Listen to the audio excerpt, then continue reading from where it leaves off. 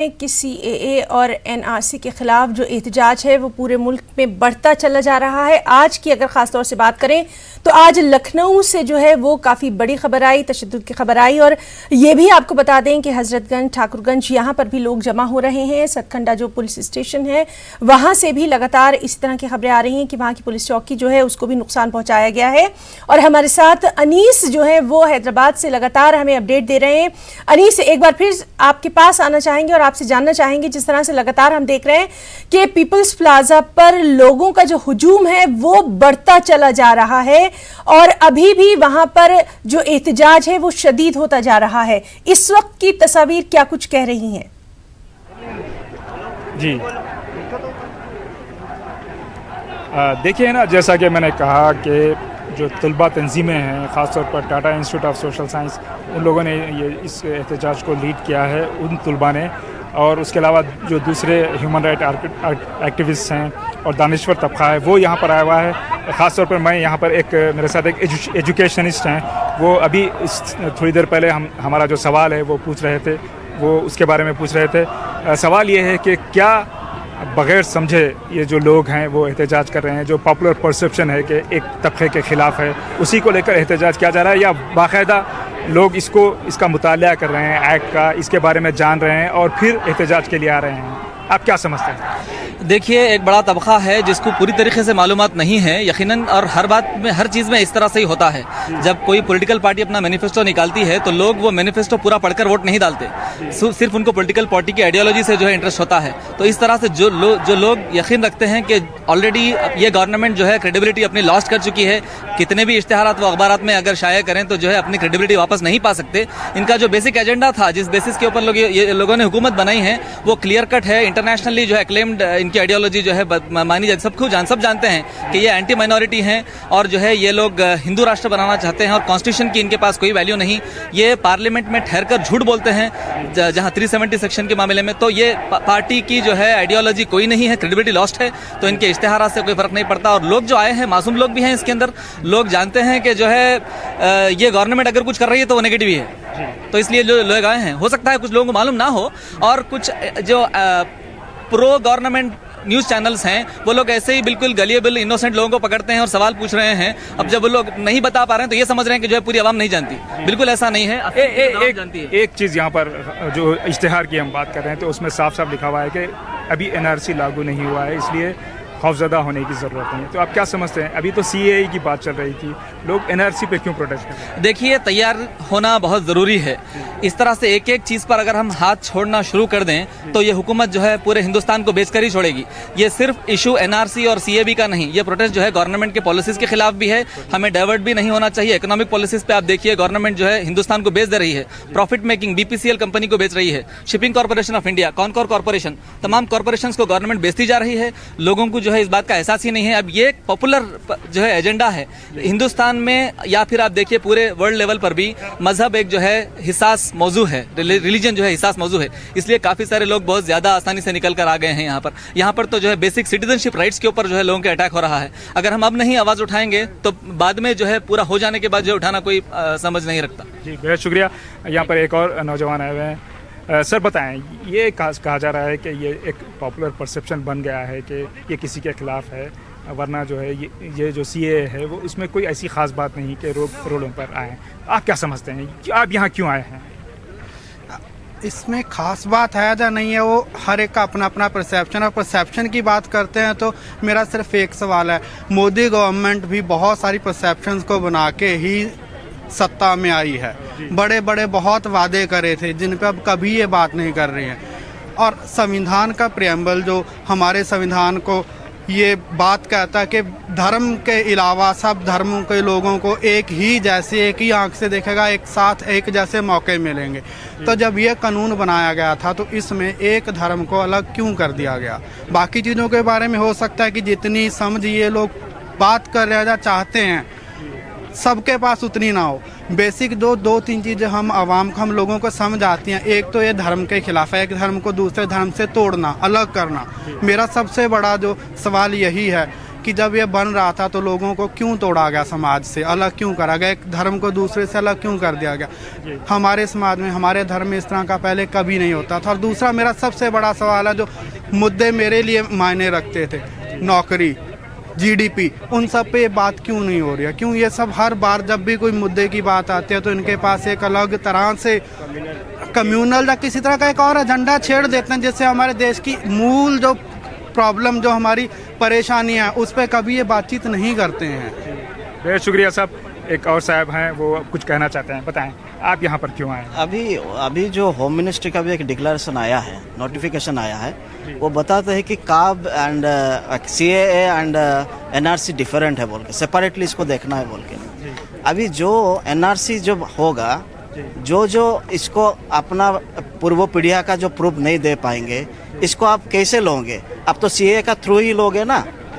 तो सीए में आप एनआरसी में जो बेंचमार्क आप ले रहे हो, लेकिन कहा जा रहा है कि अभी एनआरसी लागू ही नहीं हुआ, डरने की ज़रूरत नहीं है, ये सिर्फ सीए है। और जो बाहर से शरणार्थी आए हुए हैं 2-3 ममालिक के, उनको सिटीजनशिप देने की बात की जा रही है। वो पीड़ित हैं, वो मजलूम हैं, उनको ही देने की बात हो रही है। अभी एनआरसी के बारे में खौफजदा होने की ज़रूरत नहीं है।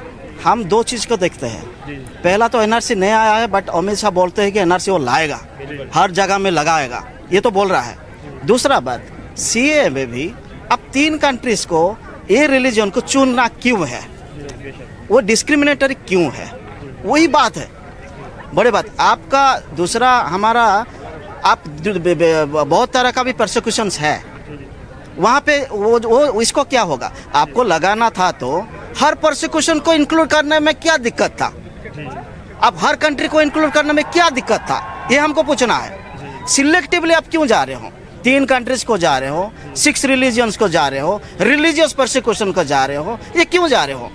अदर परसिक्यूशन नहीं है, अदर कंट्रीज नहीं है, हमारा देश का लोग नहीं है। अभी क्या हो रहा है, अभी असम में जो है, असम में 7 लाख मुस्लिम निकाले हैं, 12 लाख हिंदू निकाले, इसीलिए काब आ गया है। Otherwise it would not come. बहुत शुक्रिया साहब। एक और नौजवान है, बताएं आप क्या कहना चाहते हैं? यहाँ प्रोटेस्ट करने आए हैं। जी बिल्कुल, बेशक एनआरसी और सीएबी को एक साथ जोड़कर देखने की ज़रूरत है, क्योंकि देखिए पहले देश में एनआरसी आएगा, एनआरसी से क्या मालूम चलेगा कि कौन सिटीजन है और कौन नहीं है, यही मालूम चलेगा। पहले तो अभी तो नहीं आया ना, लागू नहीं हुआ। एनआरसी कहाँ होना था? आसाम में होना था। जब आसाम में मुकम्मल हो चुका है तो अमित शाह ने कहा है कि पूरे हिंदुस्तान में लागू होगा। क्या गलत बोल रहा हूँ मैं? देखिए पहले एनआरसी लागू होगा, जितने इन्फिल्ट्रेटर से पूरों को अलग किया जाएगा, पूरे क्या कहलाएंगे? इमिग्रेंट्स कहलाएंगे, इलीगल इमिग्रेंट्स कहलाएंगे। तो सीएबी के तहत जो इलीगल इमिग्रेंट्स है उसमें 6 जो रिलीजन है उनको प्रोसिक्यूशन मिलेगा। किसको मिलेगा? हिंदू को मिलेगा, सिख को मिलेगा, बाकी अदर उसको मिलेगा। मुसलमान को क्यों अलग कर दे रहे हैं भैया? जब एनआरसी में अलग होंगे तो सब रिलीजन होंगे, और जब सीएबी में आएंगे तो क्या मुसलमान को आप अलग कर देंगे? ये करना चाह रहे हैं आप? दुनिया के देश के साथ ये करना चाह रहे हैं आप? जी। और एक बात ये है कि साहब, आप जो हिंदुस्तान में एनआरसी के तहत जिनके पास डॉक्यूमेंट नहीं है, आप उनको बाहर ले जाना चाह रहे हैं, और जिनके पास डॉक्यूमेंट नहीं है उनको आप लाना चाह रहे हैं। यानी हिंदुस्तान गवर्नमेंट उनको डॉक्यूमेंट बना के देगी जो बाहर से आएगा, और जो हिंदुस्तान में जिसके पास डॉक्यूमेंट नहीं है उनको बाहर ले जाएंगे। ये काम करना चाह रहे हैं। बहुत शुक्रिया साहब। एक नौजवान थे जो बता रहे थे कि एनआरसी तो आना ही आना है, इसलिए लोग जो है यहाँ पर आ रहे हैं और प्रोटेस्ट कर रहे हैं। यहाँ पर एक खातून भी है। मैम आपसे 2 जुमले बात करेंगे। मैम ओके मैम आपसे 2 जुमले बात करूँगा। बताइए, आप यहाँ पर आए हुए हैं, आपका क्या पॉइंट है, क्या कहना चाहती हैं? मैं असम से हूँ जी, और हमें पता है कि उधर क्या हो रहा है। एक तो देश में इकोनॉमिक के बारे में चिंता करना है, बहुत सारे अलग मुद्दे हैं जो अभी देश का बहुत ज़रूरी है। हम इतने सारे जो सिटीजनशिप देने को बोल रहे हैं, हम तीनों देशों के परसिक्यूटेड वैसे वर्ड बिल में नहीं मेंशन है, लेकिन परसिक्यूटेड माइनॉरिटीज़ को हम सिटीजनशिप देंगे। उनका बाकी कहाँ है? उनका वो रहेंगे कहाँ? उनका जॉब कहाँ है? उनका खाना कहाँ है? उनका इकोनॉमी कहाँ है? This is just taking the country to another low. जी, लेकिन ये कहा जा रहा है कि आसाम पर उतना असर नहीं हुआ, लोग जो है एक मिसकॉन्सेप्शन में हैं और गलतफहमी की बिना पे प्रोटेस्ट कर रहे हैं। असम पे क्यों असर नहीं होगा? असम पे असर तो होगा ही ना। असम ने सेंटर के साथ 1971 पे असम अकॉर्ड साइन किया था। असम अकॉर्ड के तहत हमने ये बात किया था कि 25 मार्च 1971 विल बी द डेट। उसके बाद हम उसके बाद जो आएंगे सब इलीगल इमिग्रेंट्स होंगे। और अगर आप वो डेट 71 से ले जाके 2014 कर देंगे तो ऑब्वियसली असम में वो इम्पैक्ट होंगे ना, एंड इसीलिए असम में everyone is on the streets now. जी जी, थैंक यू। हिना, जैसा कि आप देख सकते हैं, जो आपका सवाल था, क्या लोगों को मालूम है कि CAA क्या है और उसके अलावा NRC भी क्या है। स्टूडेंट्स हैं ख़ास तौर पर जो है ये पोस्ट ग्रेजुएशन और उसके आगे के स्टूडेंट्स हैं यहाँ पर ज़्यादातर जो हैं, वो लोग जो है ऐसा लगता है कि काफ़ी स्टडी करके आए हुए हैं और यहाँ पर प्रोटेस्ट में हिस्सा ले रहे हैं। और मैं लोगों से बात करना चाहूँगा, एक और नौजवान हैं, मैं उनसे 1 मिनट पहले बात करूँगा। बताएं, आज का अगर आप उर्दूदां हैं तो आज का उर्दू अखबार पढ़े होंगे। आज मरकज़ी हुकूमत का एक इश्तिहार आया है और उसमें कहा गया है कि ये जो CAA है वो किसी भी तबके के ख़िलाफ़ नहीं है। तो आप क्या समझते हैं, आप क्या कहेंगे? देखिए, किसी भी तबके के ख़िलाफ़ हो या ना हो, ये 1947 के बाद में जिस तरीके से कॉन्स्टिट्यूशन ऑफ लॉ बना है उसके बाद में ये CAA को लाने की ज़रूरत क्या पड़ी? आखिर बीजेपी गवर्नमेंट को ये CAA के बिल लाने की ज़रूरत क्या पड़ी? मुझे आप ये बतलाइए। सबसे पहले तो ये जवाब चाहिए हमें गवर्नमेंट से कि CAA का बिल क्यों? हर कोई यहाँ का शहरी है, हर कोई यहाँ का सिटीज़न है, रहने के बाद भी उनको प्रूफ किस लिए देना कि ये यहाँ पर है? जी, तो आपका यही पॉइंट है और हम आगे बढ़ेंगे और जानने की कोशिश करेंगे। सर मैं आपसे बात करूंगा। आप बताएं आप क्या पॉइंट है आपका? एहतजाज में शिरकत के लिए आए हैं या बस देखने के लिए आए हैं? नहीं, एहतजाज में शिरकत के लिए आए हैं और पूरे दिल से आए हैं। ये क्या आपका किसी सियासी पार्टी से ताल्लुक नहीं है हमारा, बस जो सेक्युलरिज्म को किल करके जो ये लोग आगे बढ़ना चाह रहे हैं फैसिस्ट मूवमेंट लाने के लिए, उसके लिए हम भी पार्टिसिपेट करने के लिए आए हैं। इनका एजेंडा अब तो पूरा खुला हो गया है और ये लोग जो ये पर्टिकुलर बिल लाए हैं, जहाँ पे मेजर टॉर्चर हुआ हिंदूज को, जहाँ श्रीलंका में है, उनको अवॉइड कर दे रहे हैं। भूटान के वो क्यों अवॉइड कर दे रहे हैं? ये इसलिए अवॉइड कर दे रहे हैं क्योंकि वो लोग जब इंडिया में आएंगे तो बीजेपी को वोट डालने वाले नहीं है लोग, ये पूरे साउथ इंडियन पार्टी। क्या आप लोग इसलिए इसको एहतजाज कर रहे हैं कि ये बीजेपी लेके आई, या अगर कोई दूसरी पार्टी लाती तो? नहीं, कोई भी law, if it is against the constitution we are against the bill, be it anybody. If it is going the secular fabric of Indian constitution we are against for it. और हम किसी को elect करके लाए हैं तो फिर हमको गिराना भी आता है। तो ये पब्लिक है, ये सब जानती है। एक और स्टूडेंट हैं। स्टूडेंट नहीं हूँ। जी, एक और यहाँ मैम है। मैम बताएं आप। मैं टीचर हूँ एक्चुअली, मैं एक NGO के साथ काम करती हूँ, मेरा नाम है रईसा। और हाँ, मैं यहाँ पर इसीलिए आई थी कि सारे लोगों जैसे CAA बिल को प्रोटेस्ट करने के लिए कि अनकॉन्स्टिट्यूशनल है और हमारी गवर्नमेंट हमारे प्रोटेस्ट को इतना दबाए जा रही है। दिल्ली में, आसाम में, बेंगलोर में स्टूडेंट्स, हैदराबाद में स्टूडेंट्स को अरेस्ट कर लोगों को कंफ्यूज किया जा रहा है कि 144 सेक्शन इम्प्लीमेंट हो गया है, पुलिस परमिशन नहीं दे रही है प्रोटेस्ट की। तो ये तो हमारी गवर्नमेंट सिटीजन्स के खिलाफ ही वॉर लड़ा रही है और इसी के खिलाफ आप देखेंगे कि सारे लोग यहाँ पर है आवाज़ उठाने के लिए। जहाँ पर एहतजाज चल रहा है वहाँ से तशद्दुद के भी वाक़यात आ रहे हैं, लोग जो है पथराव कर रहे हैं, तो आप क्या समझते हैं, ये तरीका सही है? नहीं, देखिए, ये तरीका सही तो है नहीं, पर हम सबको पता है कि वायलेंस करने वाले लोग पीसफुल प्रोटेस्ट के बीच में घुसकर पीसफुल प्रोटेस्टर्स का ही नाम बदनाम करते हैं। तो नहीं, दंगे करना, मारपीट करना तो सही नहीं है, पर मेरे ख्याल से जो इंडियन सिटीजन्स हैं जो इस एक्ट के खिलाफ प्रोटेस्ट कर रहे हैं वो वायलेंटली प्रोटेस्ट नहीं कर रहे हैं और उन्हें बदनाम किया जा रहा है, झूठ बोला जा रहा है कि स्टूडेंट्स दंगे कर रहे हैं, बसें जला रहे हैं, और ये हमने देखा है कि स्टूडेंट्स का काम नहीं रहा है। तो ये सारी चीज़ें जो स्टूडेंट्स के खिलाफ प्रोपेगेंडा फैलाई जा रही है ताकि स्टूडेंट्स प्रोटेस्ट ना करें, लोगों की आवाज़ दबाई जाए, ये गवर्नमेंट की साजिश है, ये सच बातें तो नहीं है। जी, मैं आपसे एक और सवाल करना चाहूँगा जो मैं तकरीबन सबसे कर रहा हूँ। ये कहा जा रहा है कि ये जो एक्ट है इसके ताल्लुक से लोगों में ज़्यादा जानकारी नहीं है, इसकी नॉलेज नहीं है, लोग एक पॉपुलर परसेप्शन को लेके उससे जो है इमोशनल एक टच उनको जो है एक कायम हो रहा है, उसके तहत वो आ रहे हैं। तो आप क्या बोलेंगे, क्या आपको इसकी नॉलेज है? देखिए ऐसा तो नहीं है कि, एक तो बात सही है कि लोगों को पूरी तरह से जानकारी नहीं है, पर ऐसा भी नहीं है कि लोगों को मालूम नहीं है क्या हुआ जा रहा है। आप देखिए यूनाइटेड नेशंस ने बोला है कि ये एक्ट का आना जेनोसाइड की शुरुआत है, हार्वर्ड यूनिवर्सिटी ने बोला है, अजीम प्रेमजी फाउंडेशन ने बोला है। आप इंटरनेट बिल्कुल अनीस, जिस तरह से हम देख रहे हैं कि लोग काफी अवेयर है शहरियत कानून को लेकर के और अपने मुद्दों को सही से सामने भी रख रहे हैं और उसी को लेकर एहतजाज भी कर रहे हैं। हमारे साथ मुंबई से मोहिउद्दीन बराह रास्त जुड़े हुए हैं। मोहिउद्दीन, आपसे जानना चाहेंगे 4 बजे क्रांति मैदान से एहतजाज जो है निकलने वाला है, इस वक्त यहाँ पर कैसा मंजर देखने को मिल रहा है? सिक्योरिटी के क्या कुछ बंदोबस्त किए गए हैं? जी देखिए, मैं आपको सीधे मुंबई के अगस्त क्रांति मैदान की तस्वीरें दिखाता हूँ। आप देख सकते हैं कि मतलब कितने बड़ी तादाद में लोग यहाँ पर जमा हुए हैं।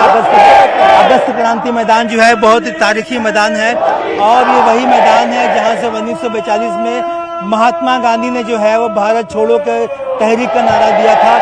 बड़ी तादाद में लोग यहाँ पर जमा है। 4 बजे का एहतजाज का वक्त है। स्टूडेंट यूनियन के अलावा, मुंबई यूनिवर्सिटी के स्टूडेंट के अलावा जो है वो तमाम मजहब और मिल्लत के लोग यहाँ पर मौजूद हैं और वो प्रोटेस्ट कर रहे हैं इसी बात को लेकर के जो NRC और CAA है ये जो है वो दस्तूर के खिलाफ है और इसको जो है वो वापस लेना चाहिए। कांग्रेस के लीडर हमारे साथ मौजूद है यूसुफ रानी, क्योंकि कांग्रेस ने भी इसको बड़ा समर्थन दिया इस पूरे मामले को। इनसे बात करते हैं कि बड़ी तादाद में लोग जमा हुए हैं, क्या बोलना चाहेंगे आप? अभी सिर्फ 10% लोग आए हैं, अभी 90% लोग रास्ते में हैं। ये हिंदुस्तान की बॉम्बे की तारीख का सबसे, मुंबई की हिस्ट्री का सबसे बड़ा ये रैली होगी। मतलब लोग रास्ते में, बहुत सारे लोग रास्ते में, सारे रास्ते बंद हैं। पॉलिटिकल पार्टी की हिमायत है, ऑल पॉलिटिकल पार्टी की हिमायत है। स्टूडेंट्स हैं, हमारे सोशल एक्टिविस्ट हैं, सब लोग इन्वॉल्व है इसके अंदर। देश का हिंदू, देश का मुसलमान, देश का दलित, सब शामिल है इसके अंदर। आप देख सकते हैं ये बड़ी तादाद में यहाँ पे लोग आए हुए हैं। लेकिन अरे महिला देखिए कितनी महिलाएं वहाँ हैं, वो सब पढ़ी लिखी महिलाएं हैं। सवाल ये पैदा होता है कि बीजेपी ये कह रही है कि कांग्रेस इसको मिसलीड कर रही है और कांग्रेस जो है वो इसको पॉलिटिकल एजेंडा बना रही है, पॉलिटिकल इशू बना रही है, जबकि सिटीजन अमेंडमेंट एक्ट में जो है वो ऐसी कोई बात नहीं है, घबराया जाए। मोदी जी का खुद बयान है। हिंदुस्तान की हर जात का आदमी रास्ते पर है। वो समझते हैं कि मोदी शाह क्या कह रहे हैं और वाकई में हुआ क्या है। इतना काला कानून आज तक हिंदुस्तान की तारीख के पास नहीं हुआ। ये काला कायदा है, काला कानून है यहाँ के। इससे हमारे हिंदू, हमारे मुसलमान, दलित भाई सब परेशान होंगे। मोहिउद्दीन, आप इनसे पूछें कि जिस तरह से बीजेपी ने एक वीडियो रिलीज किया है जहां पर मनमोहन सिंह ही मांग कर रहे थे कि CAA लागू होना चाहिए, शहरियत जो है कानून लागू होना चाहिए, तो इस तरह के वीडियो सर्कुलेट कर रहे हैं बीजेपी।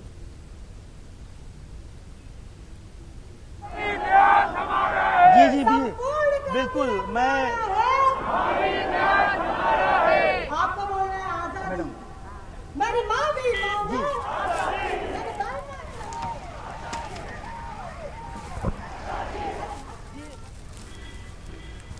अजरीन, आप जिस तरह से तस्वीरें देख रही हैं, अलग अलग जगहों से ये तस्वीरें हैं, लखनऊ की भी तस्वीरें, आप लखनऊ से आप इस वक्त बराह रास्त तस्वीरें देख रहे हैं आपके टीवी स्क्रीन पर। लखनऊ में भी काफ़ी बड़े पैमाने पर एहतजाज हो रहा है, सिक्योरिटी के सख्त बंदोबस्त किए गए हैं। आपको बता दें कि पूरे यूपी में दफ़ा 144 से नाफिज कर दिया गया था, बावजूद उसके जो है लोग सड़कों पर आकर एहतजाज किए शहरियत कानून के खिलाफ। हमारे साथ हमारे नुमाइंदे शहबाब जुड़े हुए। शहबाब, इस वक्त कैसा मंजर जो है लखनऊ में देखने को मिल रहा है? देखिए, अभी मौके पर थोड़ी सी शांति है, थोड़ा सा साइलेंस है, लेकिन अभी भी जो डर है, जो खौफ है वो बना हुआ है। देखिए, पुलिस गश्त कर रही है इस वक्त भी, लोगों को सड़कों से हटाया जा रहा है। लेकिन सबसे बड़ा प्रॉब्लम ये हो रहा है मुनज़्ज़ा कि जैसे ही पुलिस सड़क पर से आगे पीछे होती है, गलियों से लोग निकल आते हैं और उसके बाद वो प्रदर्शन करने लगते हैं या पत्थरबाजी करने लगते हैं या बाहर आकर देखने लगते हैं कि क्या हो रहा है। अब देखिए, पुलिस यहाँ पर है और पीछे देखिए लोगों का हुजूम जो है वो वहां पर कैमरामैन हमारे जो है वो दिखा रहे हैं आपको कि किस तरह से लोग जो है वहां पर वो इकट्ठा होने लगे हैं। ये एक बड़ी प्रॉब्लम भरी सिचुएशन होती है कि पुलिस के सामने ये एक बड़ा सवाल हो जाता है कि कैसे हैंडल करें। हालांकि ये एक बड़ा पुलिसिया फेल्योर भी है। देखिए जैसा मैं दिखा रहा था, पुलिस आगे, देखिए दाएं हाथ पे लोग जो हैं वो भीड़ लगा के यहाँ पे खड़े होने लगे। लोग अपने घरों से बाहर निकल आते हैं ये देखने के लिए कि क्या हो रहा है, कि ये भी दिलचस्पी लोगों में रहती है कि वहां पर क्या चल रहा है, किस तरीके से जो है वो वहां पर हालात हैं। हालांकि ये वो पुलिस चौकी है जिसको आग लगाया गया था उपद्रवियों के द्वारा। ये वो कार है जो जलकर स्वाहा हो गई है और इसको बुरी तरह से जलाया गया। ये हाल तब हुआ जब पुलिस ने लाठीचार्ज किया लोगों पर आगे, तो पीछे के जो लोग थे वो गुस्से में आ गए, उन्होंने जो है वो तोड़फोड़ शुरू कर दी और उसके बाद जो है वो इस चौकी का क्या हाल किया ये आपके सामने है। यहाँ पर किस तरीके की जो है वो बना और उसके बाद जो है अभी चीजें जो हैं वो कंट्रोल में हैं फिलहाल। देखिए पुलिस अभी उधर है लेकिन लोगों को यहाँ से खदेड़ा जा रहा है, लोगों को हटाया जा रहा है, सड़क पर रुकने नहीं दिया जा रहा है। लेकिन बार बार मैं वही तस्वीरें आपको दिखाने की कोशिश कर रहा हूँ कि पुलिस आगे जा रही है, लोगों की भीड़ जो है वो आ जा रही है आगे। बिल्कुल शबाब, जिस तरह से पहले से ही कोशिश की गई थी यूपी में कि लॉ एंड ऑर्डर जो है बरकरार रहे, इसी वजह से जो है 144 भी नाफिज किया गया था, लेकिन बावजूद इसके लोग जो है सड़कों पर उतर आ रहे हैं। एक तरह से जिस तरह की बात उठी थी कि सिविल डिसोबीडियंस मूवमेंट जो है वो शुरू होगी, तो क्या उस पर जो है लोग अब सख्ती से अमल करते हुए दिखाई दे रहे हैं? क्योंकि जिस तरह से चाहे 144 नाफिज हो, कितनी भी सख्तियां हो, लोग एहतजाज करने में चूक नहीं रहे हैं, सड़कों पर आने से चूक नहीं रहे हैं। देखिए यही एक सबसे बड़ी प्रॉब्लम। देखिए पुलिस एसएसपी मूवमेंट यहाँ से हुआ है और लोग जो है फिर से सड़कों पर निकल कर आने लगे हैं जी। और ये एक बड़ा चिंता का विषय है। अब लोग फिर देखिए सड़कों पर इकट्ठा है, पुलिस आगे निकल गई है, एक पुलिस की टुकड़ी पीछे छूटी है। अब उसके बाद जो है वो लोगों को अब कैसे हटाया जाएगा ये एक बड़ा समस्या है, एक बड़ा प्रश्न चिन्ह है। लोग सड़कों पर फिर से आ गए हैं, लोग जो है वो फिर से वो जो है वो पत्थर चलाने लगे हैं और सड़कों पर इकट्ठा होने लगे हैं। तो ये एक बड़ी समस्या हो जा रही है पुलिस के लिए, चीज़ों को ऐसे कंट्रोल कर पाना। हालांकि ये एक बड़ा फेल्योर है पुलिस का निश्चित तौर पर। देखिए कल तक डीजीपी साहब बड़ी बड़ी बात कर रहे थे और ये कह रहे थे कि सारी चीजें अंडर कंट्रोल में रहेंगी, कहीं पे भी प्रदर्शन होने नहीं दिया जाएगा, धारा 144 लागू है। लेकिन उसके बावजूद कहीं ना कहीं एक एलआईयू का बड़ा फेल्योर रहा कि जो है जब लोग इकट्ठा हो रहे थे तो क्या एलआईयू के पास ये जानकारी नहीं थी, क्या उसके पास इस बात की इंफॉर्मेशन नहीं थी कि 5-7 हजार लोग इकट्ठा हो रहे हैं, क्या उसके पास इस बात के इनपुट नहीं थे, फिर उनको निपटने में देरी क्यों की गई? ये एक बड़ा प्रश्न चिन्ह है। असल में किया जा रहा है, सड़क खाली कर दें, बार बार अनुरोध किया जा रहा है, कानून का पालन करें, शांति व्यवस्था बनाए रखें। पीछे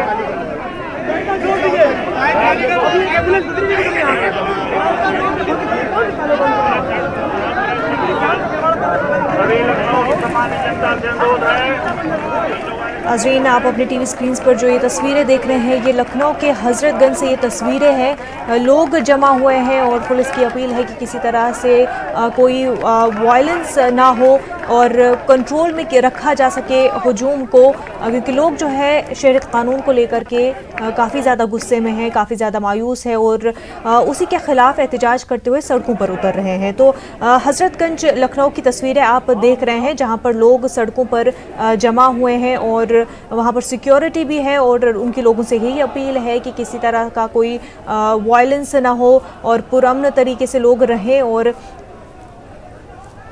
दिल्ली से हमारे नुमाइंदे खुरम शहजाद हमारे साथ बराह रास्त जुड़े हुए हैं। खुरम, आपसे जानना चाहेंगे, दिल्ली में दिन ब दिन हालात जो है जिस तरह से कशीदा हो रहे हैं, कई इलाकों में मोबाइल और इंटरनेट सर्विसेज भी बंद कर दी गई हैं। देखिए काफ़ी देर तक इस तरह की सूरत हाल रही और अभी भी कई इलाकों में, खासतौर से जामिया नगर का इलाका है, पुरानी दिल्ली का इलाका है, बवाना का इलाका है, काफ़ी सारे इलाके हैं जहां पर न सिर्फ मेट्रो स्टेशन को एग्जिट और एंट्री उसमें बंद हो गई थी, बल्कि इसी के साथ साथ सबसे बड़ी बात यह है कि वहां पर इंटरनेट सर्विस बंद की गई है।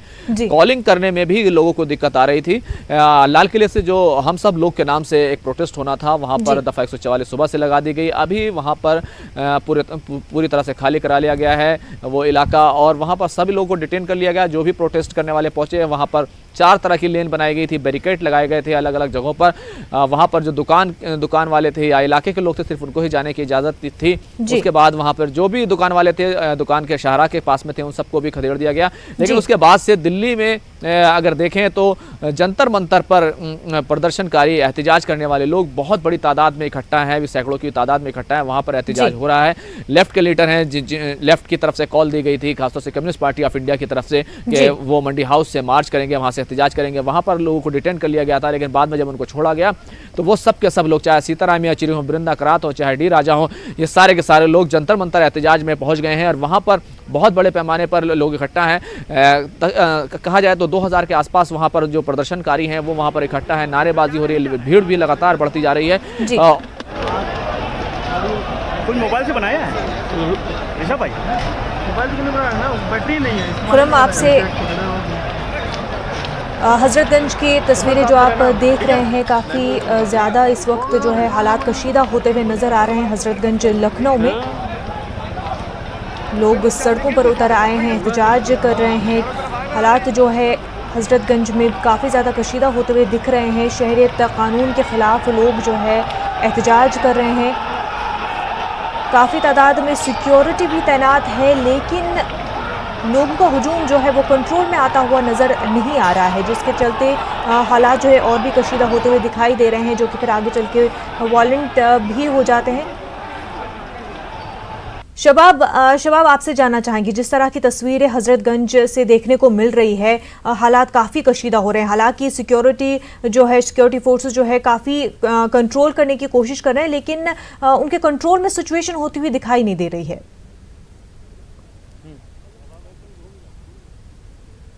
हाँ बिल्कुल, देखिए पुलिस फ्लैग मार्च कर रही है। ये तस्वीरें आपके सामने हैं मुनज़्ज़ा, और पूरे शहर को मतलब इस इलाके में जहाँ पर सेंसिटिविटी ज़्यादा है वहाँ पर हर तरीके की नजरें जो हैं वो रखी जा रही हैं। जो बात मैं कह रहा था, देखिए अब पुलिस इधर से मूव कर रही है। जितने लोग सड़क पर निकल कर आए थे वो पुलिस को देखकर वापस गली में घुसे जा रहे हैं, वापस गली में भागे जा रहे हैं। तो ये जो है पुलिस सबसे पहली कोशिश कर रही है कि लोगों को सड़कों पर इकट्ठा ना होने दिया जाए और उनको जो है वहां से हटाया जाए। वही तस्वीरें जो हैं वो कोशिश में पुलिस प्रशासन की तरफ से हैं।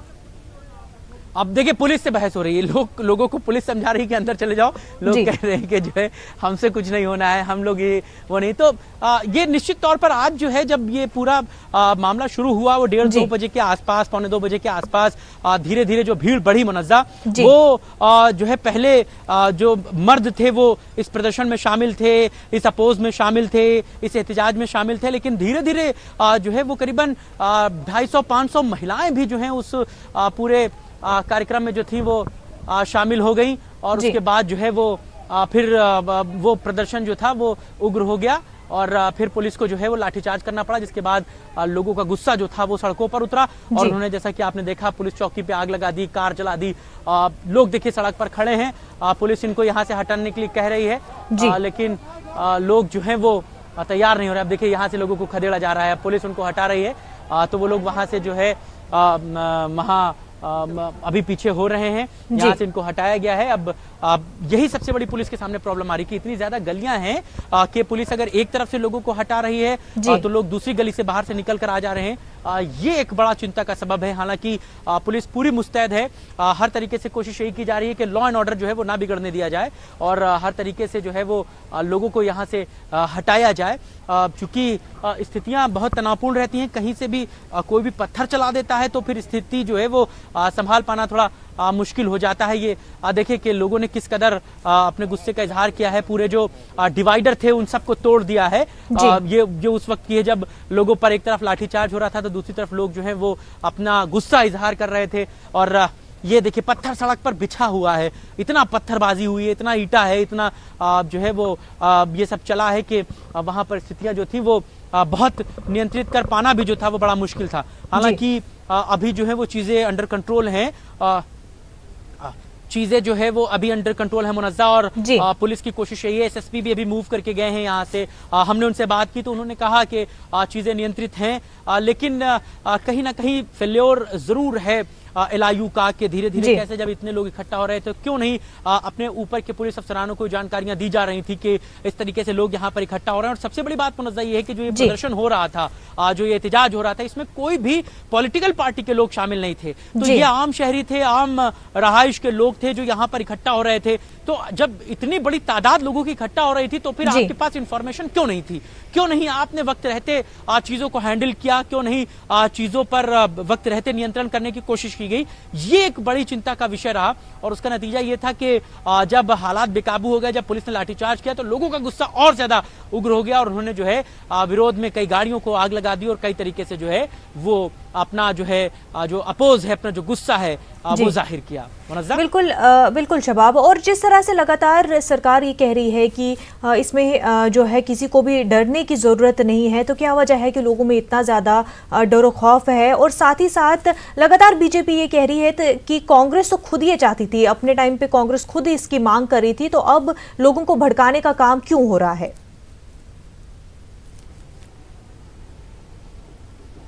और देखिए, एक बात तो ये बात सच्चाई है कि इस तरीके के विरोध प्रदर्शन जो होते हैं उनमें ज़्यादातर लोगों को ये पता ही नहीं होता कि वो करने क्या आए हैं। हमने कई जो बच्चे विरोध प्रदर्शन में थे, बहुत छोटी छोटी उम्र के 14-14, 16-16 साल के लड़के हैं। आप देखिए पीछे कैमरामैन आपको दिखाएंगे, मुंह पे जो कपड़ा बांधे बच्चे खड़े हैं, इनकी उम्र 14 से 16 साल से ज्यादा नहीं होगी। इन बच्चों को मालूम भी नहीं होगा कि ये क्यों खड़े हैं यहाँ पर, लेकिन बस ये है कि विरोध करना है, लोग यहाँ पर आए हैं इसलिए हम भी यहाँ पर आए हैं। लोगों के जहन में ये बात रहती है। रही बात पॉलिटिकल पार्टीज की, तो मुनज़्ज़ा देखिए ये सियासत है और इस सियासत का पहला मौजू यही रहता है कि अपनी जीत के लिए हर जो है वो पत्ता जो है वो फेंका जाए। वो चाहे कोई भी पॉलिटिकल पार्टी रही हो, वो मुद्दों पर राजनीति करते हैं और इन्हीं तमाम इश्यूज को कैश कराते हैं। रही बात NRC, CAA और CAB की, तो इस पर बीजेपी लगातार ये कहती रही है कि इससे मुसलमानों को कोई खतरा नहीं है, इससे कहीं से भी जो मुसलमान हिंदुस्तान में रह रहा है उसको कोई खतरा नहीं होगा। लेकिन जो पॉलिटिकल दूसरी अपोजिशन की जो पार्टी है वो लोगों का माइंड वॉश करके या उनको तमाम बातें बताकर जो है वो विरोध के लिए लेकर आती है। तो ये कहीं ना कहीं चीजें जो हैं वो दिक्कत पैदा करती हैं, नुकसान पैदा करती हैं। हालांकि यही सियासत है, क्योंकि जिसने जो बिल लेकर आया है जो पार्टी, वो हमेशा अपनी चीज को अच्छा कहेगा, दूसरे वाले उसको हमेशा अपोज करेंगे। लेकिन लोगों को भी ये बात समझना होगी कि जिस विरोध प्रदर्शन में वो जा रहे हैं असल में उनसे क्या कराया जाएगा उनको पता भी नहीं होता। मुनज़्ज़ा, मैं इसी पीछे गली में ही मेरा मकान है, मैं पुराने लखनऊ से बहुत अच्छे से वाबस्ता हूँ, मैं बहुत अच्छे से जानता हूँ कि यहाँ पर कैसे छोटी सी चिंगारी एक बड़ा रूप लेती है, कैसे यहाँ पर हमेशा सेंसिटिविटी बनी रहती है। अब तो दंगे होना बंद हो गए, वरना पहले जब भी शहर में कभी भी दंगा होता था, चाहे वो शिया सुन्नी का हो या फिर हिंदू मुसलमान का हो, इसी इलाके में होता था। यहाँ पर सेंसिटिविटी हमेशा रहती है। बहुत सारे मेरे मोहल्ले के लड़के मुझे फोन कर रहे थे कि हम लोगों से प्रदर्शन में चलने के लिए कहा जा रहा है, तो हमने कहा जाओगे कहाँ, करोगे क्या? बोले ये सब तो नहीं मालूम, बस कहा जा रहा है चलो। कौन कह रहा है उनको ये भी नहीं मालूम कि कौन उनको फोन कर रहा है। तो ये चीजें जो हैं वो जो यंगस्टर होते हैं उनके माइंड वॉश करने के काम करती हैं। तो कहीं ना कहीं CAA और जो CAB है, लोगों तक एग्जैक्ट इंफॉर्मेशन ही नहीं है कि ये जो बिल है, जो ये एक्ट है, वो है क्या एग्जैक्टली। लोगों को ये पता भी नहीं है कि NRC अभी यूपी में लागू नहीं हो रहा, लेकिन उनके जहन में ये बना दिया गया है कि यूपी में NRC आ रहा है, इसलिए आपको इसका अपोज करना है, इसलिए आपको विरोध प्रदर्शन में चलना है। ये जो चीजें हैं वो कहीं ना कहीं जो है वो जो यंगस्टर हैं, जो हमारे आवाम के लोग हैं, जो खास करके युवा पीढ़ी है, उनके लिए नुकसानदेह है। अभी दर्जनों लड़के इसमें पूरे प्रदर्शन में पकड़े गए हैं, जिनको गिरफ्तार किया गया है। उनके आगे की जिंदगियां तबाह हो जाएंगी, इस बात में कोई दो राय नहीं, क्योंकि इस तरीके के जब प्रदर्शनों में लोग पकड़े जाते हैं तो उन पर बहुत गंभीर धाराओं में मामले दर्ज किए जाते हैं। कितने लोग बुरी तरह चोटिल हुए हैं जिनको एम्बुलेंस से अस्पताल ले जाते देखा गया है। तो ये सारे हालात जो हैं वो अब धीरे धीरे नियंत्रित होंगे और धीरे धीरे चीजें जो हैं वो कंट्रोल में आएंगी। शबाब, जिस तरह से आप बता रहे हैं कि यंगस्टर्स को, टीनेजर्स को मालूम नहीं है और जिस तरह से उनको किसी तरह से ट्रिगर किया जा रहा है और वो सड़कों पर आ रहे हैं, लेकिन हमने देखा कि स्टूडेंट्स जो है दीगर यूनिवर्सिटी से, बड़ी बड़ी यूनिवर्सिटी से, जिनको अच्छे से मालूम है कि CAA क्या है, NRC क्या है, उनका भी रिएक्शन लेकिन इस कानून के तरफ बिल्कुल ऐसा ही है जैसा इन टीनेजर्स का है।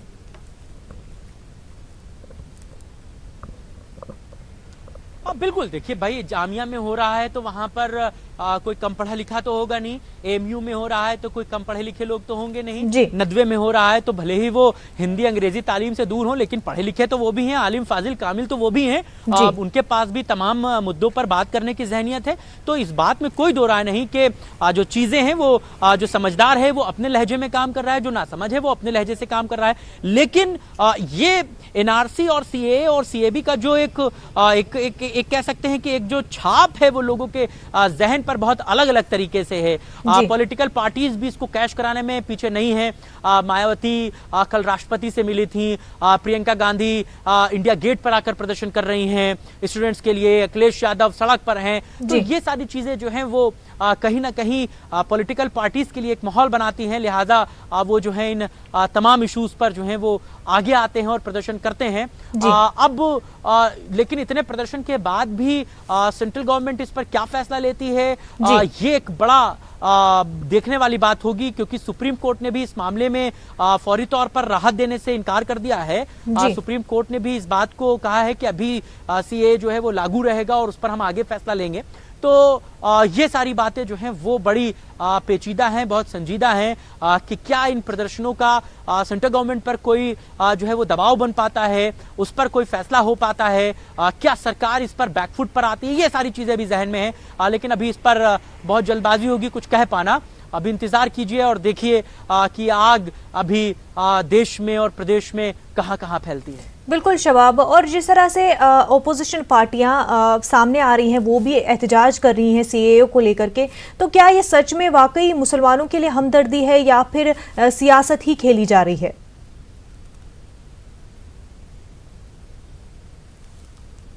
और देखिए, एक राहत इंदौरी का बहुत मशहूर शेर है कि एक सियासत है माहौल बनाए रखिए, दिल मिले ना मिले हाथ मिलाए रखिए।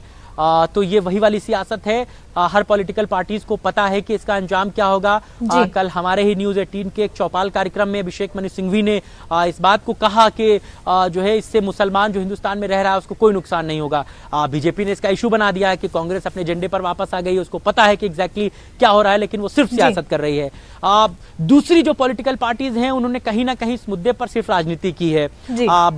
बसपा जो है वो ट्वीट कर रही है, इससे ज्यादा कुछ नहीं हो रहा। तो पॉलिटिकल पार्टीज अपने अपने लहजे में जो है वो चीज़ों को कैश कर रही हैं, उसको जो है वो बड़ा मुद्दा बना रही हैं। आज इसी कड़ी में समाजवादी पार्टी का पूरे स्टेट भर में प्रदर्शन था, लेकिन प्रदर्शन करने आए लोगों से आप सीएए का फुल फॉर्म पूछ लीजिए तो उन्हें पता नहीं था। हम लोगों ने लोगों से जब बात की कि किस लिए आप आए, उन्होंने कहा महंगाई है, बेरोजगारी है, लूट हो रही है, हत्या हो रही है, रेप हो रहे हैं। फिर हमने उनसे कहा गया कि आपके बड़े नेता तो सीएए का विरोध कर रहे हैं, तो उन्होंने कहा हाँ वो भी है, लेकिन जो भी है वो हिंदू मुसलमान नहीं होने दिया जाएगा। इस तरीके की बातें, मतलब लोगों को पता ही नहीं है एग्जैक्टली कि हम क्या करने आ रहे हैं। पॉलिटिकल पार्टीज को भी नहीं पता है, उनके नेताओं को भी नहीं पता है, जो छोट भैया नेता है जो वो काम कर रहे हैं। हालांकि अभी यहाँ पर स्थितियां देखिए नियंत्रण में है और पीछे फ्लैग मार्च हो रहा है। ये तस्वीरें आपको दिखा दूं इन सबके बीच में पुलिस जो है वो कैंप फ्लैग मार्च कर रही है और अनाउंस हो रहा है कि किसी भी तरीके से आप सड़क पर ना निकलिए और सड़क पर आने की कोई इजाजत नहीं है, किसी भी तरीके से आपको आने नहीं दिया जाएगा। इस तरीके की बातें जो हैं वो आप सुन सकते हैं, पुलिस के आला अफसरान जो हैं वो कह रहे हैं। और बिल्कुल देखिए वो साफ तौर से कह रहे हैं कि कानून को अपने हाथ में न लीजिए और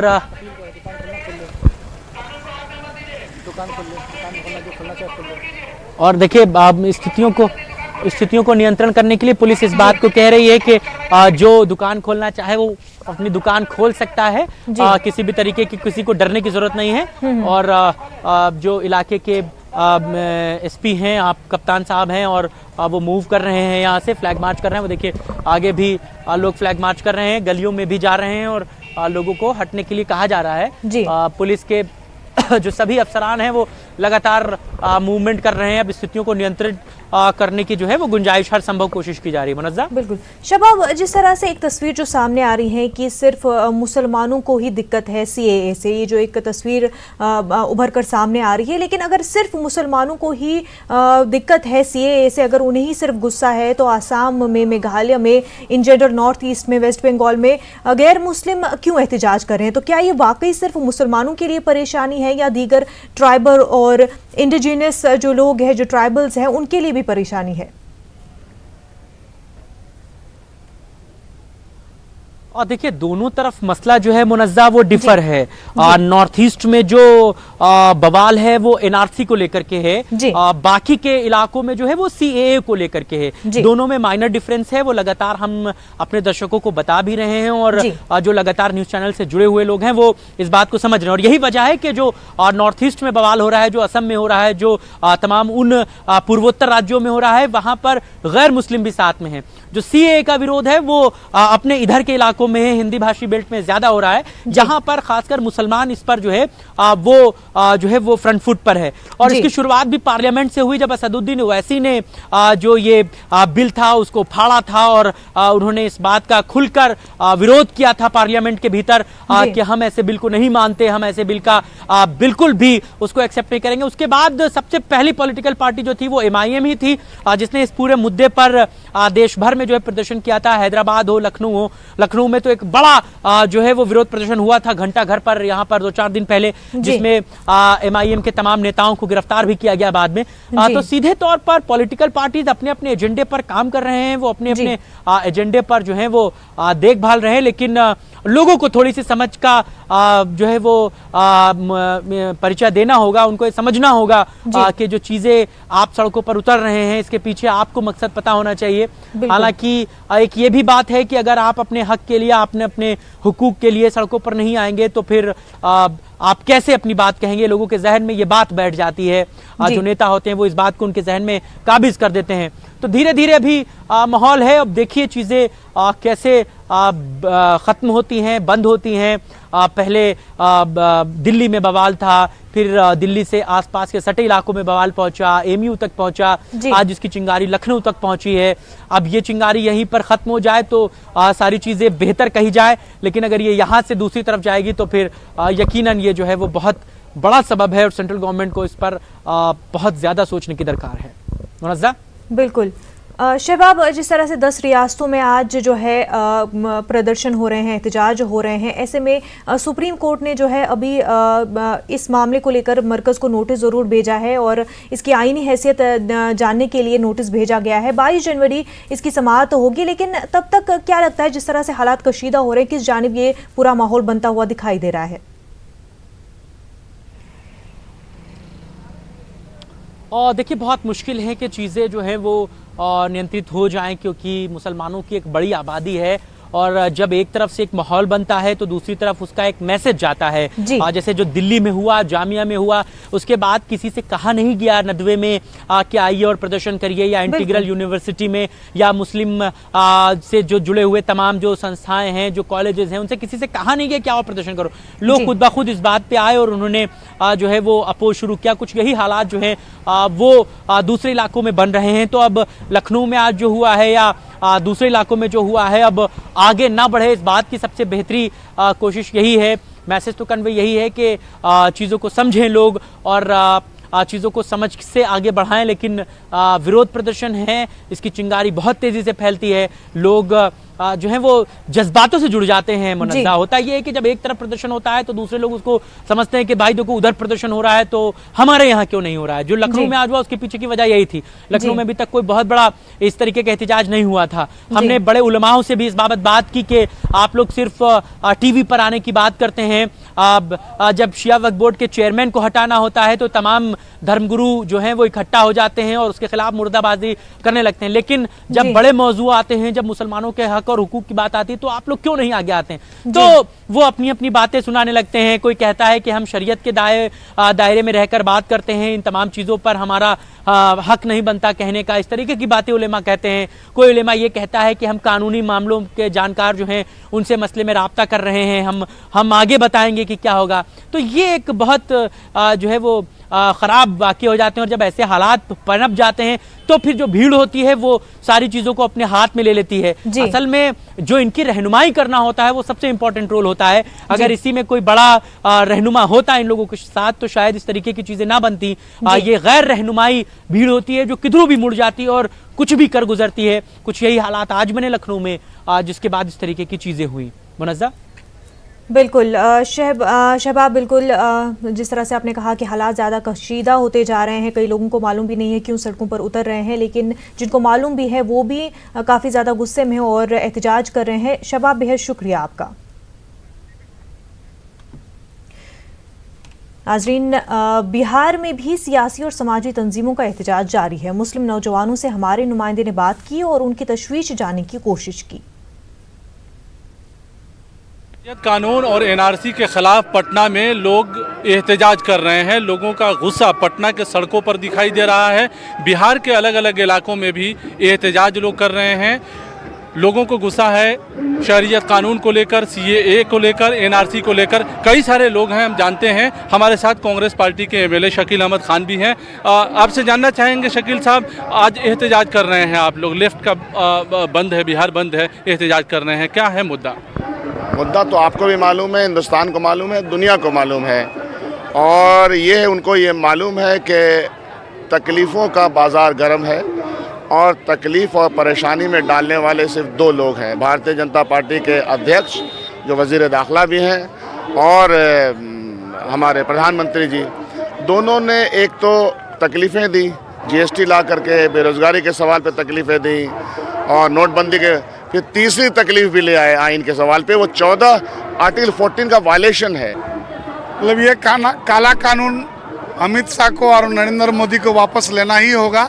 आज हिंदुस्तान में जो अराजकता स्थिति की बनी हुई है वो उसका सिर्फ और सिर्फ नरेंद्र मोदी और अमित शाह जिम्मेवार है। देखिए, पूरा देश जल रहा है और देश की सरकार नागरिकता पर आज सवाल खड़ा कर रही है और पूरे दुनिया में इसकी किरकिरी हो रही है कि कैसा ये शासक, कैसा ये हमारे प्रधानमंत्री बन गया जिसने देश के नागरिकों पर नागरिकता का सवाल कर दिया है। और दूसरा ये है कि देश के जो गरीब, दलित, अल्पसंख्यक हैं उन सारे लोगों को तो और परेशान कर देंगे। इस एनआरसी और कैब को आपको दोनों को मिक्स कर करके ही सोचना पड़ेगा कि इस हिंदुस्तान के अंदर एक तो ये है कि पूरी की पूरी आवाम के माइंड को डाइवर्ट कर करके हिंदू मुसलमान की लड़ाई में फंसा दिया है, और जिसके लिए इस देश ने इतना बड़ा मैंडेट दिया इनको जो काम करने के लिए, वो काम को छोड़ करके ये हिंदू मुसलमान ने पूरी की पूरी आवाम को फंसाया है। चलिए, तो आप देख रहे हैं कि लोगों में नाराजगी भी है। लोग ये कह रहे हैं, आप भी आए हैं एहतजाज में, किस लिए आए हैं और आप जानते हैं कि किस चीज़ को लेकर जो है ये एहतजाज हो रहा है? ये जो हमारे मुल्क में जो साजिश चली जा रही है, जामिया में हो, अलीगढ़ में हो, मुसलमानों को जो टारगेट बनाया जा रहा है, हिंदू मुसलमानों के नाम पर बांटा जा रहा है, इसको लोगों ने जान गया है। सब लोग जाना कि ये जो हिंदुस्तान का जो असली मसला है, रोज़ी का, खाने पीने का और मुल्क के जो हालात हैं उसको डाइवर्ट करने के लिए हिंदू मुसलमान किया जा रहा है। भारत सरकार जो है विफल हो चुका है, मेन मुद्दे पे बात करते नहीं है। ये सिर्फ बात करता है हिंदू और मुसलमान के खिलाफ लड़वा दे, किसी की तहत इसको लड़वाने का काम है, मेन मुद्दा पे बात नहीं करता है। आपके इस बंद में तो सभी तरह के लोग हैं? ये सभी तरीके से लोग हैं, सभी तरीके से लोग इसमें शामिल हो गया। और आसाम के और भारत के लोग ये कह रहे हैं कि भारत हमारा देश है, हम हमेशा से रह रहे हैं। बाहर के लोगों को यहाँ बसाकर यहाँ के असल मूल निवासियों को बाहर निकालने की बुनियादी तौर पर सीए, एनआरसी, आप भी आए हैं एहतजाज में, क्यों आए हैं, किस लिए आए हैं? और क्यों आए हैं? देश को बचाने के लिए आए हैं और नरेंद्र मोदी को प्रणाम करने आए हैं। आज देश के अंदर में जिस तरह से ये नापाक साजिश किए हैं, इनको अपने ही पाप से अपने ही इनको डूब मरना होगा। लोग जो है बुनियादी सवाल को लेकर, बुनियादी मसले को हल को लेकर जो है सामने आए हैं कि उसका हल चाहिए, रोजगार चाहिए, तालीम चाहिए और ये तमाम चीज़ों पर भी हुकूमत को गौर करना चाहिए। कैमरामैन अजय दुबे के साथ महफूज आलम, न्यूज़ 18 पटना। लखनऊ में मुजाहिरीन ने नेटवर्क 18 की DSA-NG गाड़ी को निशाना बनाया। लोग सड़कों पर उतर आए थे, एहतजाज कर रहे थे, पर यह एहतजाज वायलेंट शक्ल इख्तियार कर गया। ऐसे में नेटवर्क 18 की DSA-NG जो कि उसी स्ट्रीट पर मौजूद थी उसको निशाना बनाया गया, आग के हवाले कर दिया गया नेटवर्क 18 की DSA-NG गाड़ी को।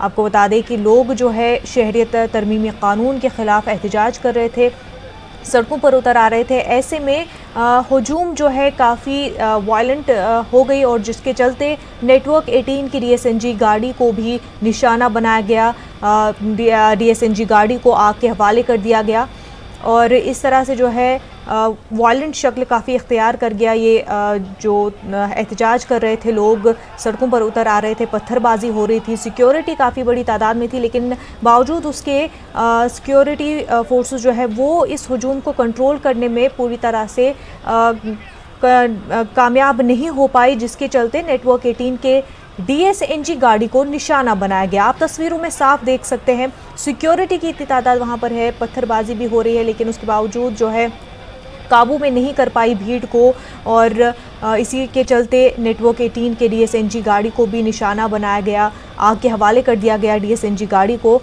और हालात काफ़ी ज़्यादा कशीदा है। तस्वीरें आप माफ़ कीजिएगा देख रहे हैं लखनऊ की हैं, जहां पर लोग जो है सड़कों पर उतर आके एहतजाज कर रहे थे, शहरियत कानून के ख़िलाफ़ एहतजाज कर रहे थे, लेकिन ये एहतजाज जो है वायलेंट शक्ल इख्तियार कर गया। तो लोग जो है पत्थरबाजी करना शुरू कर दिए और साथ ही साथ पब्लिक प्रॉपर्टी को भी नुकसान पहुँचाना शुरू कर दिए, जिसके चलते नेटवर्क 18 के DSNG गाड़ी को भी निशाना बनाया गया, आग के हवाले कर दिया गया। विजुअल्स में आप साफ तौर पर देख सकते हैं नेटवर्क 18 की DSNG गाड़ी को भी आग के हवाले कर दिया गया। काफ़ी तादाद में सिक्योरिटी भी वहाँ पर थी, लेकिन बावजूद उसके जो है काबू में नहीं पाया गया भीड़ को, और ये भीड़ जो है बेकाबू होकर काफ़ी ज़्यादा हंगामा किया गया, तोड़फोड़ हुई, पत्थरबाजी हुई, और इसी के चलते DSNG गाड़ी को भी आग के हवाले कर दिया हुजूम ने। मुल्क भर में इस वक्त लोग जो है 10 रियासतों में शहरी तरमीम कानून को लेकर के एहतजाज। नाज़रीन, इलाहाबाद में सपा कारकुनों और पुलिस में झड़प हुई है।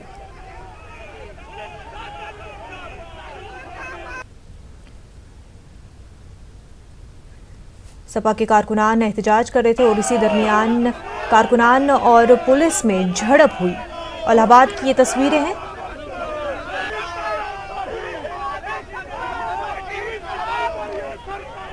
NRC जैसे बिल का हम लोग विरोध करते हैं, और जिस तरीके से काला कानून ये ला करके देश को जिस तरीके से धर्म के आधार पर बांटने का काम भारतीय जनता पार्टी के लोग कर रहे हैं, हम समाजवादी पार्टी के लोग इससे पहले भी लड़ते रहे हैं और देश को हम लोग बंटने नहीं देंगे। और आने वाले दिनों में आज हम लोग जिस तरीके से धरना प्रदर्शन के माध्यम से आम जनता के बीच में ये मैसेज देने का काम कर रहे हैं कि हम समाजवादी लोग हमेशा आपकी लड़ाई लड़ते रहे हैं और आगे भी लड़ते रहेंगे। लेकिन आज देखिए जिस तरीके से भारी फोर्स लगा दी गई है, आप ये क्या जताना चाहते हैं? पूरे इलाहाबाद का माहौल खराब करके रख दिया गया है। इलाहाबाद गंगा यमुना साहित्य और सियासत की नगरी है। आज पूरे इलाहाबाद में जिस तरीके से माहौल इन्होंने पैदा कर दिया है, लोगों के अंदर भय का माहौल पैदा कर दिया है, लोगों के अंदर दहशत फैलाने का काम कर रहे हैं। हम समाजवादी लोग हैं, ये आज हम कफन लेकर के आए हैं, आपको बताना चाहते हैं कि आज हम कफन लेकर के आए, ये गोली लेकर के आए, हमारा सीना इनके सामने रहेगा, ये गोली चलाएं, हम समाजवादी लोग गोली खाने के लिए तैयार हैं। कि समाजवादी पार्टी आज लगभग 150 से 200 लोगों के साथ अपने जो सपा का कार्यालय है जॉर्जटाउन में, यहाँ से कलेक्ट्रेट के लिए कूच कर रहे थे।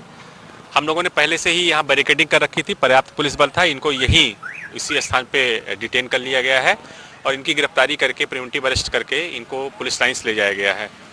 फिलहाल अभी यहाँ कोई इस तरह की अशांति नहीं है और ना ही मौके पर कोई हम लोगों को बल प्रयोग करना पड़ा, और इन्हें जो लोग कुछ इसमें यंगस्टर्स थे वो थोड़ा सा प्रतिरोध किया, जिन्हें हम लोगों ने समझा करके ले गए हैं पुलिस लाइन्स। अभी फिलहाल सब कुछ नॉर्मल। नाज़रीन, चाहते हैं कि हमारे नुमाइंदे खुर्रम शहजाद क्या कुछ कहा है, आइए इन तस्वीरों में देखते हैं। यहाँ का माहौल अलग है, लेकिन दफा 144 लगा दी गई हर जगह और डिटेन किया गया बहुत सारे लोगों को दिल्ली में। They did. Yeah, I was taken by police forcibly. I was let off somewhere. I could not recognize that place. I decided to come back and join the agitators. People are agitating, and the left parties have given a call for countrywide protest today to oppose the Citizenship Amendment Act and the NRC. And government should think over, government should reconsider. We went to President and asked President to intervene and advise the government to repeal the Citizenship Amendment Act. And on the streets, people are agitating, people are fighting. Detain हमें किया, हमारे सब लीडरों को किया, लेकिन आप हिंदुस्तान की जनता को तो नहीं डिटेन कर सकते हैं ना। आप पूरे हिंदुस्तान को तो जेल नहीं बना सकते। आपकी कोशिश ज़रूर हो सकती है, लेकिन ये पूरी जनता हिंदुस्तान के संविधान की बचाव के लिए आज है। इसमें कोई विशेष पार्टी का सवाल नहीं है, इसमें पूरे देश के नागरिक एक होकर मोदी शाह को बोल रहे, देखो मोदी शाह तुम्हारी बहुमत है पार्लियामेंट में, लेकिन जनता उसको किसी भी हालत में उसको कभी भी स्वीकार नहीं कर सकती है, ये बिल्कुल स्पष्ट है। हमारे देश की का संविधान का उल्लंघन है। नागरिकता धर्म के साथ नहीं जोड़ी जाती। सरकार इसके लिए कई तरह की दलील दे रही है कि हम तो कुछ लोगों को नागरिकता देना चाहते हैं। कुछ क्यों? अगर शरणार्थी सबको देना तो सबको दो। अब कुछ क्यों और कुछ चुने हुए देशों से क्यों?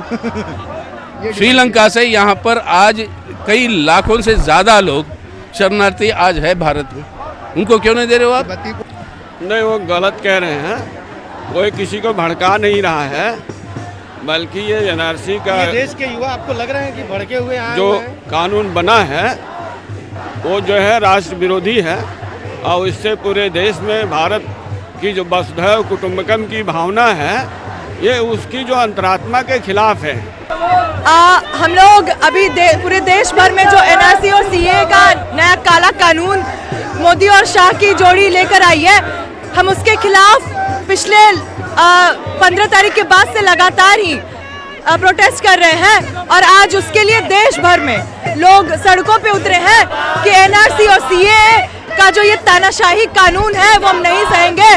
देखिए, एनआरसी और कैब को आप अलग अलग नहीं रख सकते। शाह ने भी एक बार कहा कि एनआरसी और कैब एक दूसरे से जुड़े हुए हैं, और एनआरसी आज जो पूरे देश में लागू करने की बात कर रहे हैं, तो हम असम का हालत देख सकते हैं। एनआरसी अगर पूरे देश में लागू होगी तो हर आदमी को 1971 से पहले का दस्तावेज दिखाना पड़ेगा। तो आम सी बात, अगर हमारे मिनिस्ट्री से डॉक्यूमेंट चोरी हो सकते हैं, तो आप ये क्या मान के चलो कि किसी गरीब आदमी के पास 1971 का पहले दस्तावेज होगा। एक छोटा सा ब्रेक लेंगे, जल्द होंगे हाजिर।